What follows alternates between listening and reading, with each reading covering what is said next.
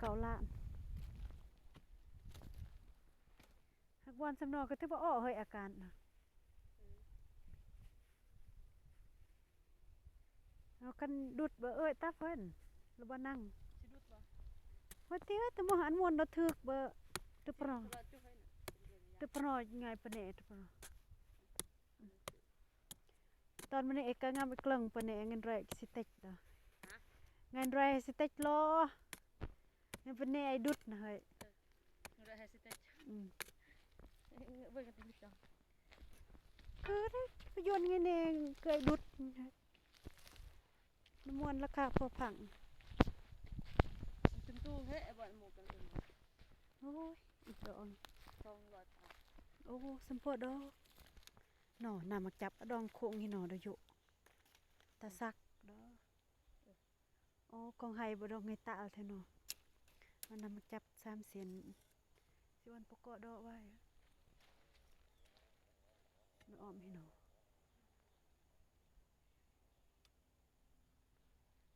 นั่งโอ้อยู่นามักจับ นั่งโอ้ จ้องตึกหักเบิ่งต่อนั่งเอ้ย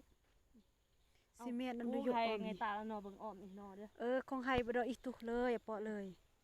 ซี อัน เม นี้ นต์ เงอ้อมได้เนาะ อ้อมได้เนาะเฮ้ยงีตาดอกกระไรไม่เอามันคันดุดก็เก่งก็บาดทั้งง่ายไปทั้งง่ายเนาะ จุดเบอร์ได้ตัดเด้อจุดมาเลย ขี้เหอะกันไว้จ้องบ่กองไว้ก็มาขึ้นดอกกันขี้เฮ้ยแหน่ราคาโดยสิซ้ำฮู้ กระตายละกระตายละเวลาตักแบบประมาณมื้ออาทิตย์ เลยย้ายดอกเลยย้ายดอก เลยใหญ่ลุกตัดนะจะสบาย เดินไงปะเนี่ยไว้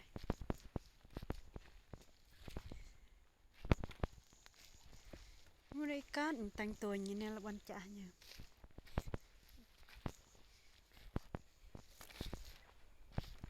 มาทำต้นกระโดดเด้อ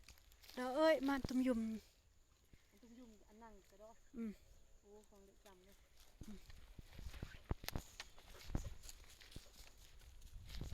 จะมาซื้อปลาตี เนาะรถว่าเนาะอาติบอมนี่นี่เฮ้ยอันนังไงคือเข้าไปประอุกระดองตับคือร้อนประคือ นั่งอยู่บ้านหมูตา 4,000 ไปลิตรครึ่งเฮกตาร์ก็ลิตร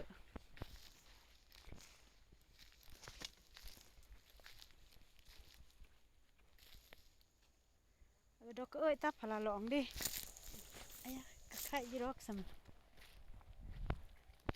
เดินเลาะอันนี้กุมลองก็ลองไกลลองอีกหน่อยไกลลองเยอะเยอะเยอะเยอะเยอะเด้งโกงเลยนะ จดได้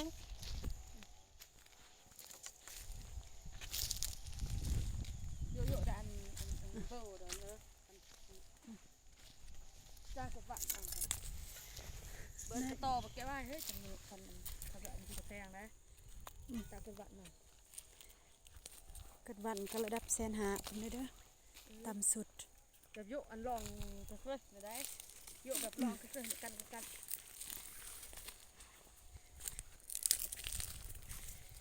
ไรสิโยนี่กันละกรองแล้วก็ตะกรองเนาะมะม่วนี่เนาะตับ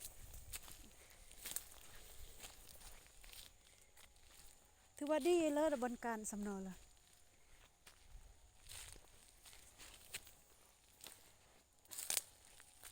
เนี่ยเปะลองเ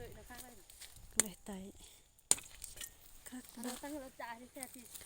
ก็เลยบอลจ้าหังระเดเติมมันเติมลองนี่เนาะอีมวยจ้านี่เนาะ แบบงานลันจ่าเปะลอง เปะได้ลองมันจม แทนที่จ่าเขาก็อีแห่โหนเบอจ่าเขาเนี่ยเบออากาศเลยกะเขาสบายอยู่เราไปนั่งเนี่ยได้เปะลองเลยเปะลองมันโตบ่เดือดร้อนหลาเด้เดือดบอลเริ่มเลยการ มันเลยการมาตรงโยงติดเบือคือกันร่อยคักอยู่นะเอาดีๆเลยเลยสุดไปได้ละนอกก็เฮ้ยเติบได้ลองกันเลยเนาะ ตั้งกี่เลยอาการสั่งนั่งเจาะระยะ อุ้ยเจาะ เอาเงินไรเจาะระยะแต่กระไทย จะอเมริกา ดบิก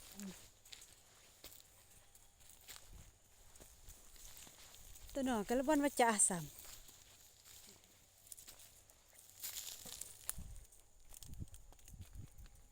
จากเท่าไรปีฮักกันเนี่ยดอกคลาเนการเนี่ยฮักกันให้เจ้าอ้อนะเบ้ยดอกการอันนอขนาดเลย ตาตาอันละเอา น้องอันน้องเฮ้ยดอกตะวะนั่นดอกสมดอก ไปกระจุกให้ได้อันเป็นดิได้ยนกูดกับอวยกับเยอะมั้ง อันไม่จอง คือตัวไปโปรยดอกอยู่อันไม่สั่งกันไรคือเคยบอล ได้จะบอลได้ยนบานะกระจุกบานะเป็นไอ้บอล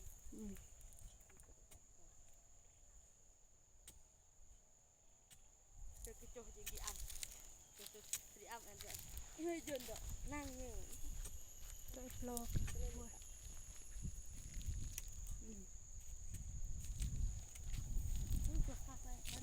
ตัดกิเลสตัณหาบุได้บางทีพังเทศพังทับขนาดเบียสักมา ตักในท่านโต๊ะแล้ว โอ้ขนาด ข้างในจ้าโอ้นี่เดี๋ยวไม่จองการ เลยก็นั่งไปกระโต๊ะเลย หนออีเทวหนอบนเบียบเนาะจ้ะกันไว้ตะกรองให้คอยจอดเนาะเตรียมมาเนาะเกิดคันตะกรองออกตะอะไรก็ตะเจาะเจาะเด้อแล้วก็สู้กุยจ้ำมันตะแบบขนอยต่อไปไงไว้โครงการให้ก็สามารถตะแบบวันแหล่งท่องเที่ยวได้ค่อยมุงกุยปเกิลขนาดองตาดจุเล่งฝุ่นตับทำใจ ห้องพื้นบัดปิดปรุงเนยกันไรสิจ้างตะ ลุงขันบุกก็เลยนะ ก็เลยยากก็วันแสนหาแสนหกแสนเจ็ด